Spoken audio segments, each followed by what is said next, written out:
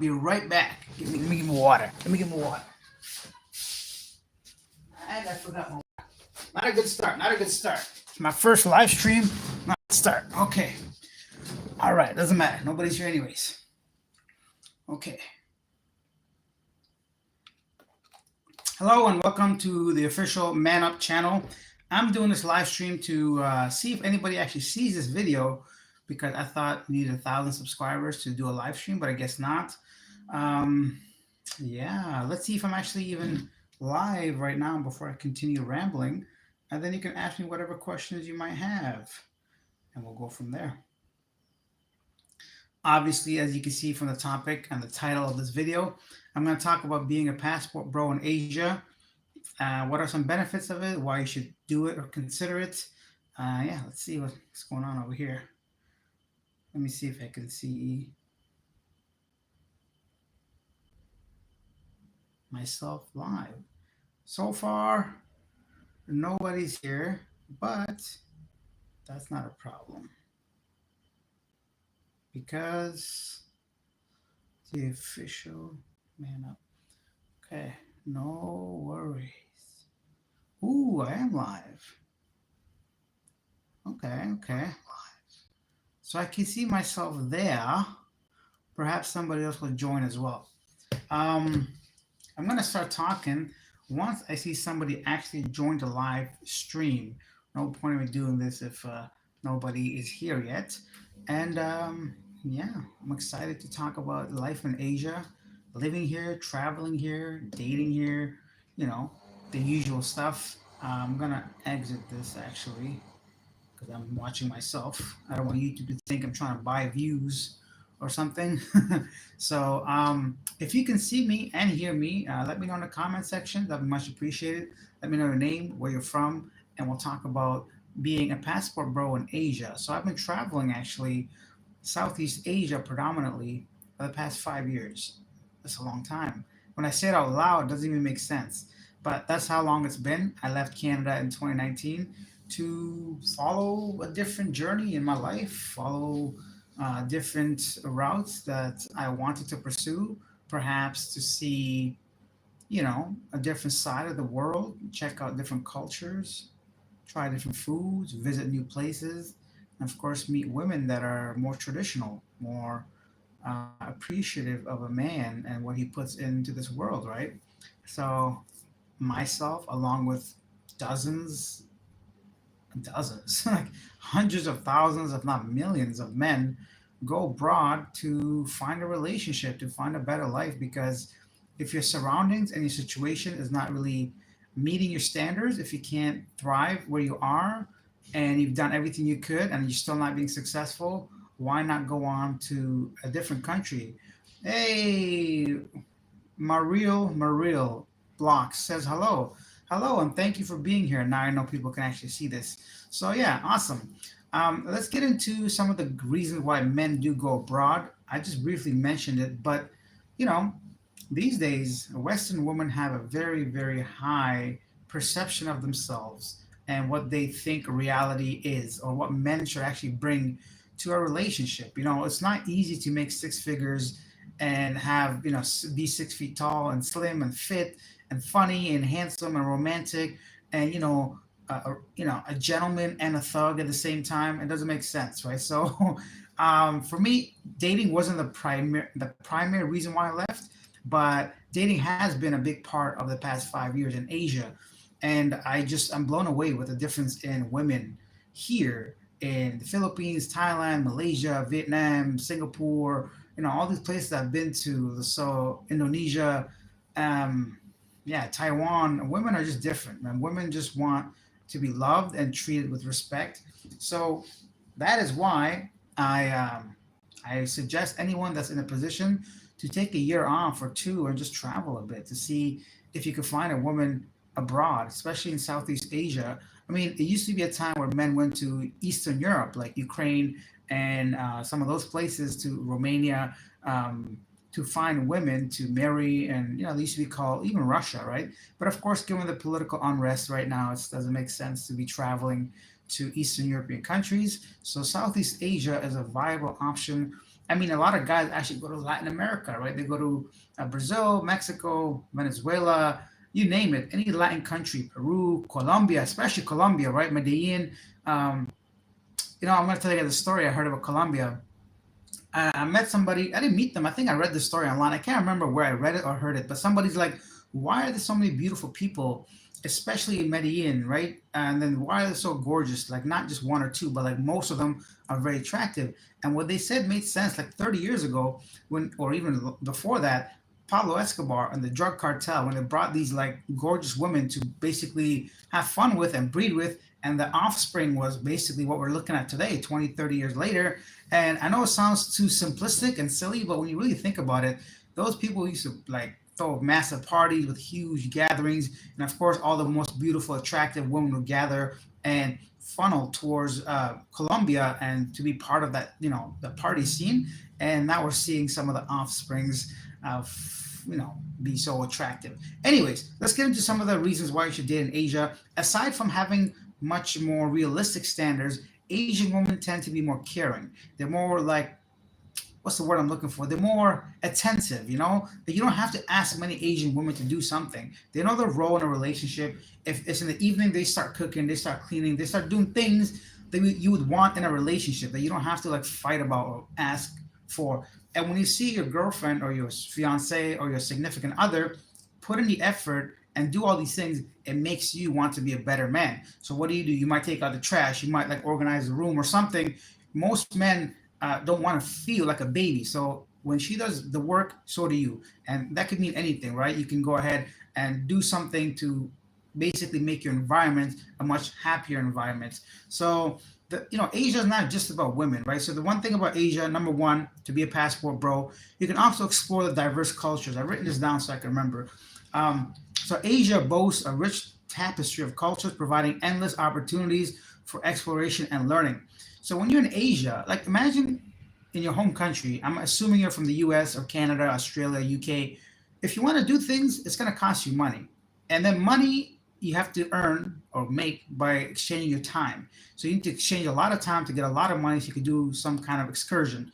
So you can go camping, skiing, some kind of go to the beach. All this stuff costs money, but you have to give hundreds, if not close to $1,000 a weekend if you want to enjoy a couple of nights at a hotel, go out to eat a couple of nights, and just a simple weekend away. In Asia, that number is drastically lower. You can obtain these goals and go on these excursions and trips and all that at a much much lower cost. So when you can do more, you're just naturally happier. When you explore Asia, you become happier. You get to see so many things you probably haven't seen in North America. So we have Sab Sab Nan is here. Hello, Sab Sab Nan, one of my regular viewers on my main channel, Living Abroad. Hello from Kuwait. Hello, Sab Sab Nan. I'm here on my second channel doing a live stream because I'm trying to get these numbers up so I get to 1,000 subscribers so I can monetize the channel as well. And just because I'm putting out daily content on this channel, and I want to be able to have some sort of basically some sort of outlet for my thoughts and my feelings. I know for the regular viewers, some of these might seem like obvious stuff I've spoken about to some level on my main channel, but I also want to talk about on this channel as well.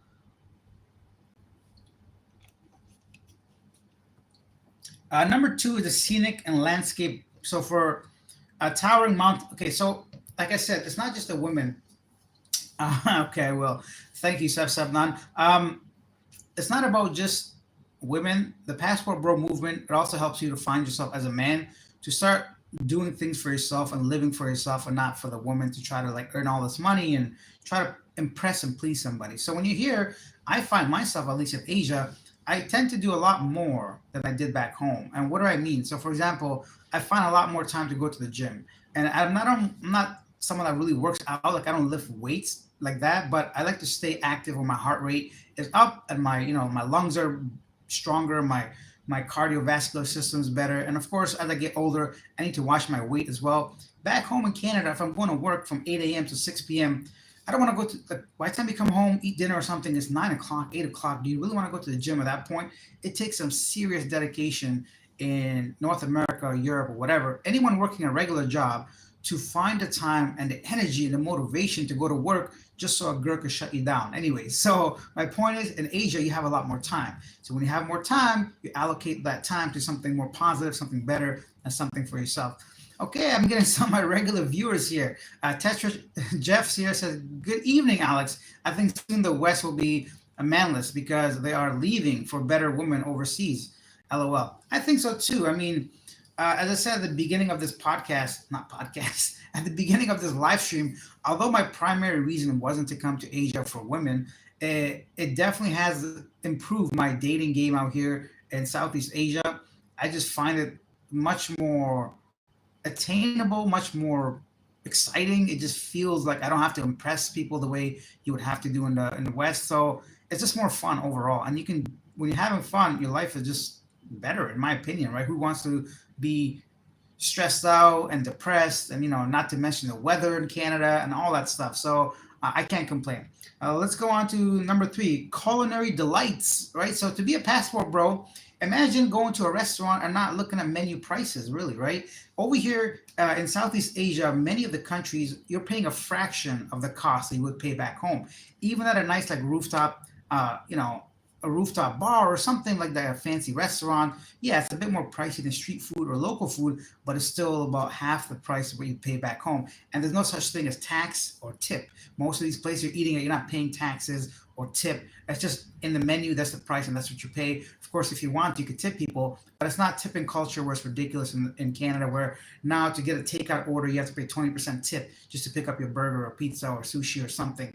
Makes no sense to me. So when you have that freedom, when you have that much money, you can try things out. You can try things, and if you don't like it, you can still like afford to try something else, to try something new, and so you have that freedom, that peace of mind to simply explore. And culinary exploration is some of my favorite. I love trying new restaurants, cafes, types of food. And in Southeast Asia, every country's got a ton of cafes in beautiful scenic areas up on the hill somewhere, the mountain somewhere, near the ocean, near the beach. So I don't know, like the freedom you have, the cost is something I think many people are missing out on because they're simply working too hard in the West. Just try to keep up with the Joneses, try to pay for their own bills, their own cost of living, let alone to actually enjoy themselves and go on an adventure.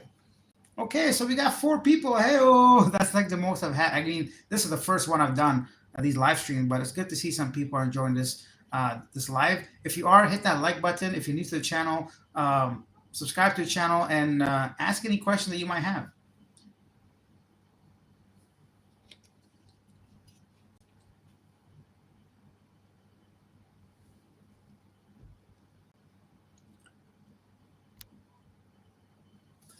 One more thing I want to say about Asia here in the Philippines. There's a lot of history here, or even Thailand, anywhere really in Southeast Asia. Some of these like places I've visited, it's like mind blowing. I can't imagine myself looking at what I'm looking at, and to be in the presence of so much history. It's something that in Canada, at least, is nowhere near me. Like, of course, if I want to go look for it, I can find historical places. But places like Thailand or Cambodia, you're surrounded by it. And it's amazing to see beautiful modern like buildings with amazing infrastructure and like world class malls, and then right next to will be this amazing temple that's like centuries old, right? So you just like you get this like infusion mixture of feelings, and history is like everywhere in Southeast Asia. Anywhere you look, you could find like remote temples that were built centuries ago, like Angkor Wat or any other temples in Bangkok, or like the old ancient city of Ayutthaya, which was the old capital of Thailand. I mean, anywhere really. You go to Indonesia, go to Bali, it's got a whole different culture. Like Bali's a unique place. Although it's overrun by tourists, you can still see the remnants of history that's there by just simply the things that people do every day, right? They have these like little altars and shrines for their gods, and they bring food and drinks, and you just start to see how people actually live, right? So it's very unique to me. Number five is there are thriving cities, right? Because most Asian countries are no longer considered a third world country. Most places are really thriving. You can see it in so many different facets of your daily life. Like, for example, some of the places that have the most modern gyms or modern pools, or like they have the best bars and clubs, and you get to see these things. You're like, whoa, I thought this was Asia. Like when I went to Kuala Lumpur in yeah, the Petronas Towers. I may have seen a picture here and there, but I never realized the sheer like size of these things. These buildings were just like immaculate. I'm just like, what am I looking at? This is like fantastic. And I'm here in Southeast Asia, for example. So they're thriving. They're hosting some of the biggest events in the world. I mean, Singapore just had, was it Taylor Swift? She went there. I mean, so they're really, really, really like developing quickly, right? So most of the places, of course, some countries are still behind, but you can really be surprised with that stuff. So yeah, let's see some other stuff. Adventures and activities. We talked about this like a whole bunch, but in Southeast Asia, you can go snorkeling, scuba diving, mountain climbing. You could pet some elephants. You see some wilderness you never seen before.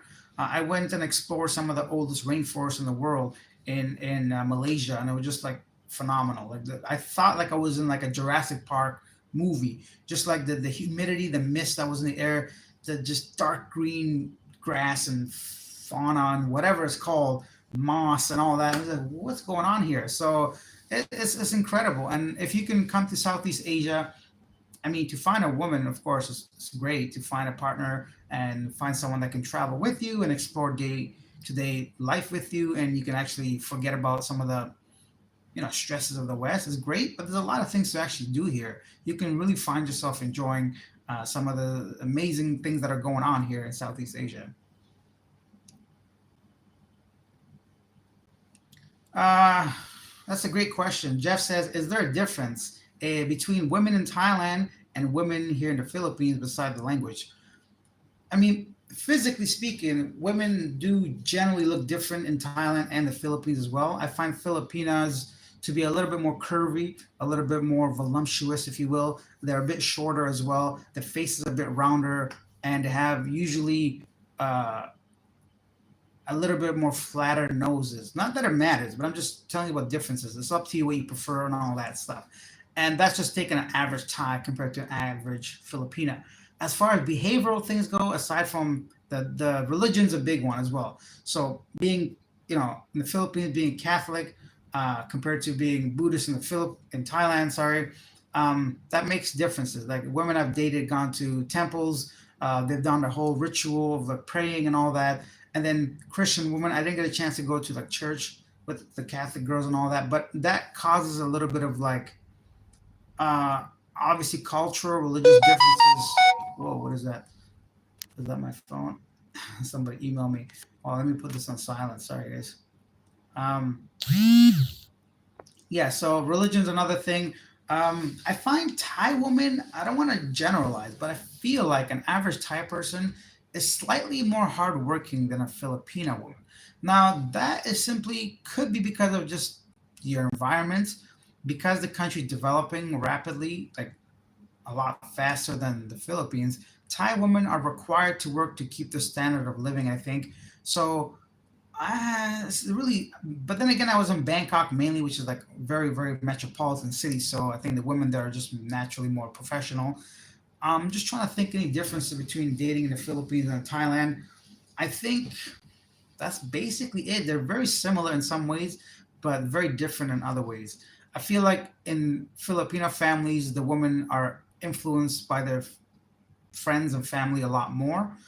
Although Thai women respect their parents and friends and all that, I just think they're a little bit less influenced by their friends and family for whatever the situation might be. So that can be a thing. Um, yeah, so I think that's pretty much the only differences that I can recall. But I could be honestly, it could be wrong. I mean, it could just be based off my experience. I know everybody has a different experience, especially if you go to like different parts of the city. I mean, the country. There's a big, like for example, in the southern parts of Thailand, like Krabi Island, there are Muslims there, right? Same with the Philippines. You go if you're staying in Mindanao area, some of them are Muslims as well. So that can change your whole dating experience completely, right? So it's hard to just generalize a whole nation, but those are just some things I may have noticed, like a pattern of behavior in some of the women that I dated. So Yeah, that's it. But great question. Thanks, Jeff, for asking and letting me talk for like 3 minutes. So if anybody else has a question, I know 4 or 5 people are watching this right now at once. Feel free to ask your questions and yeah, anything you want.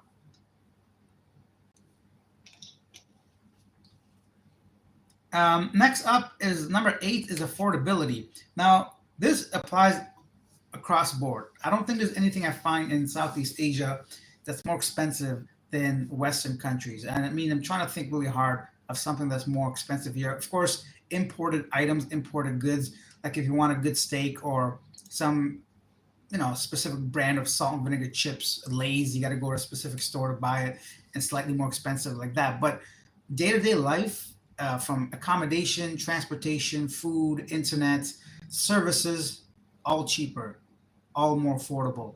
I never thought in my life I can afford a maid or I don't know people to help me with anything like an assistant, someone, um, just like getting massages and all these things. But in Southeast Asia, those can be a regular thing. You can hire a maid for $100, $200. Let's say, I'm trying to do the math, just over $200. Let's just say $200 a month to come in 3 times a week or something, do all these things, or even regularly. But like the point is, things you could do here that you would never really imagine if you're an average person in Canada or the U.S. Right? So affordability goes a long way because that makes your life much easier. When you don't worry about money, you just tend to focus more on what you want to do. You can start to like work on your business. You can start to work on self improvement.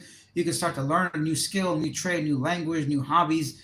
Because when you can afford things, it costs less, obviously, which means you have to put in less work usually to get the same results. So, in my opinion, affordability is a big factor as to why so many men, these passport bros, are coming over because yeah, the women are a major part of it. That's probably the main reason, but there's more to it than just that, right? So these are 10 reasons why uh, people do come to Asia, and I highly support the movement personally. So let's see, live chat. Do I have any other chats? Nothing, nothing over here. Hello, hello, hello, hello. A bunch of people saying hello. So let me go ahead and do this for another like 8 minutes. I want to have an even 30 minutes. We'll talk about different things and then I'll log off. I think this was great for a first time live stream on this channel. 30 minutes going strong. I want to make this like a different kind of community. I don't want to be so negative. I mean, not that I am a negative person, but I want to try to focus on more positive things because there's like enough negativity in the world. I mean, the daily videos on here is mainly just honestly for fun. It's just entertainment. Of course, you can't generalize every single Western woman like that, but I think when it comes to online dating, social media, it's really difficult to keep up with some of these requirements, and thus the whole phenomena of passport bros movement. I think there's always here. Like, I mean, men have gone abroad for a long time to find women, right? And it's nothing new.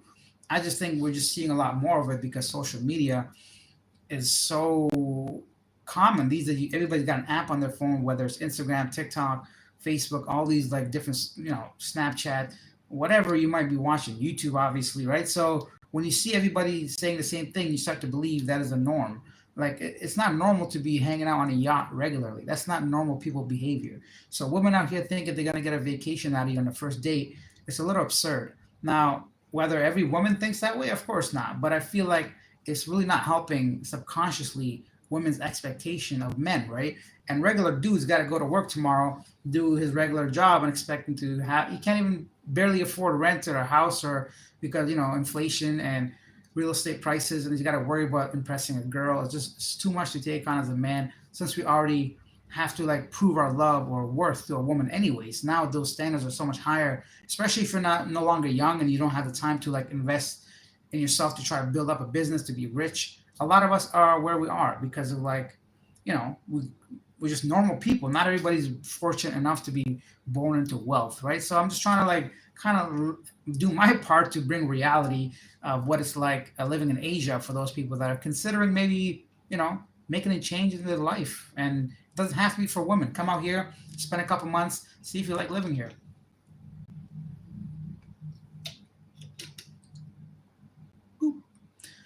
Next, let's talk about language learning. Oh, another excellent thing.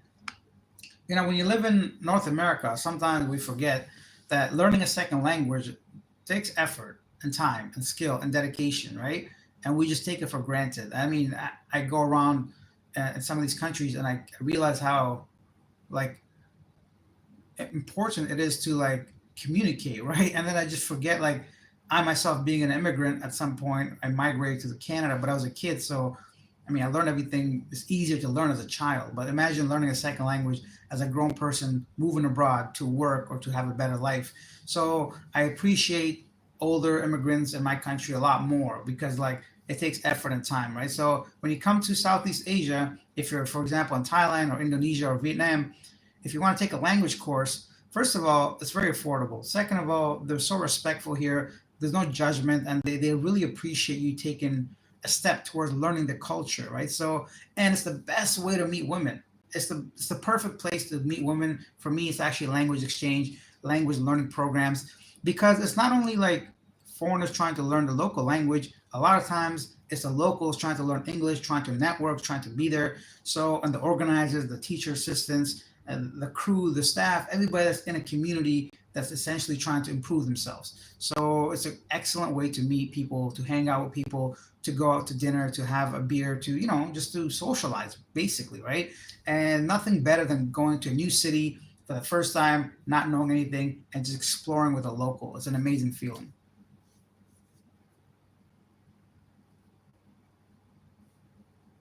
Johnny Bravo says, you're living in the Philippines more than Thailand, I believe. Does that mean you like Philippines more, or is it because of easy visa process? I'm going to be honest, at this stage, at this point, it's because of the visa process. Throughout the past 5 years, I think I explored enough. If you asked me that question a year ago or 2 years ago, it may have been different. But right now, at the moment, it is mainly the visa process. I love the Filipino people. They're like wonderful. They're amazing, kind, genuine. They're so friendly.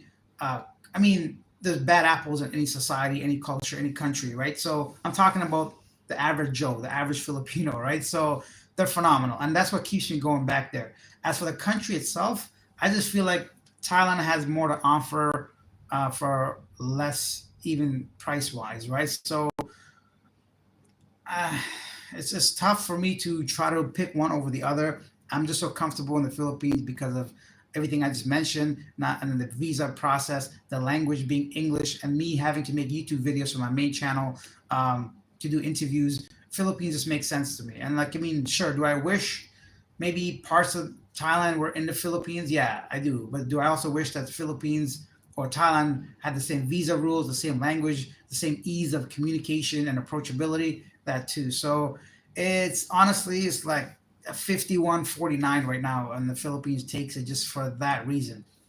But that being said, I have explored a lot of Philippines. I do want to start traveling again very soon and start living life like I did last year and the year before and start visiting some new countries because, the world's a big place and I want to start like living, like really living. I want to go back to Cambodia and actually go to the capital, not just to see the Angkor Wat. I want to go to Laos. I don't watch any YouTube videos, but I feel like it doesn't get a lot of attention. It might still be extremely like poor. I don't know. I have no idea. I don't. I just go to random countries without doing any research. Um, Myanmar is in a bad situation regarding the. I don't know actually. Last I heard, they were just having political unrest, and I don't want to be going to a war zone. Obviously, um, what else is around here? Yeah, I've been to Vietnam. Uh, I might go back if a friend of mine comes down from Canada, but I don't think he will. He's been saying that for a while, but just can't get his business in order. Like I said, it's not easy for everybody, right? So, yeah. Thank you for the question, though. Let me go ahead and read my last notes, and then we'll wrap this up. So, number 10, the 10th reason to be a passport bro is unlimited potential to network. Essentially, since you are not the same, like coming down here, um, in Asia, it's like everybody is out here. Not everybody, but like a lot of people are doing what you're doing. So a lot of people are trying to escape the matrix. They're trying to live a better life, to live for themselves and not for like, you know, Big Brother and all that, whatever you want to call it. But yeah, that's just a lot of people in Southeast Asia trying to find themselves. Now that gives you a lot of opportunities for networking. I've met some, and I barely go out. Like I don't do nothing. I'm just so focused on YouTube and just living a very peaceful, calm life. I don't go out partying and drinking, clubbing, all that. But if I wanted to, Oh my goodness, the opportunities here to go and just enjoy yourself. I think because I'm like older now. If this was 10 years ago, I would enjoy it a lot more for the party scene. If you're in Thailand, man, some of the world's best parties happen in Thailand, hands down. Like if you go to the full moon party in Koh Phangan or go to Pattaya, like the red light district, even go to like Khao San Road in Bangkok, Soi 8, all these places are just packed with nightclubs, bars, massage parlors, uh, everything. Even if you're not into like paying for these services, just walking through the streets, it's a fantastic feeling, man. Just to get that, excitement going and seeing different colors and noises and sounds and trying the street food. It's a wonderful feeling, right? So yeah, and then you can network with people because a lot of people are doing the same thing as you're doing. They're trying to like improve their life. They're trying to find themselves. People are trying to start up businesses. They're digital nomads. They're just it's exciting. And one thing I recommend now that I'm experienced it would be to go to some hostels.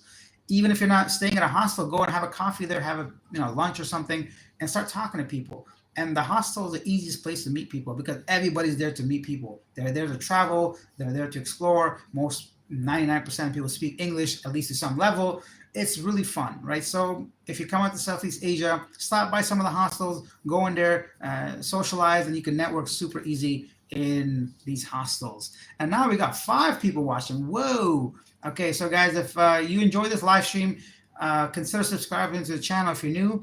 Johnny Bravo says you are living in the, oh yeah. Johnny Bravo says, thanks for the honest answer. I appreciate it, man. I don't want to come here and talk a lot of nonsense or lie to you guys just to get subs. I know, yeah, I just want to be as honest and transparent as possible.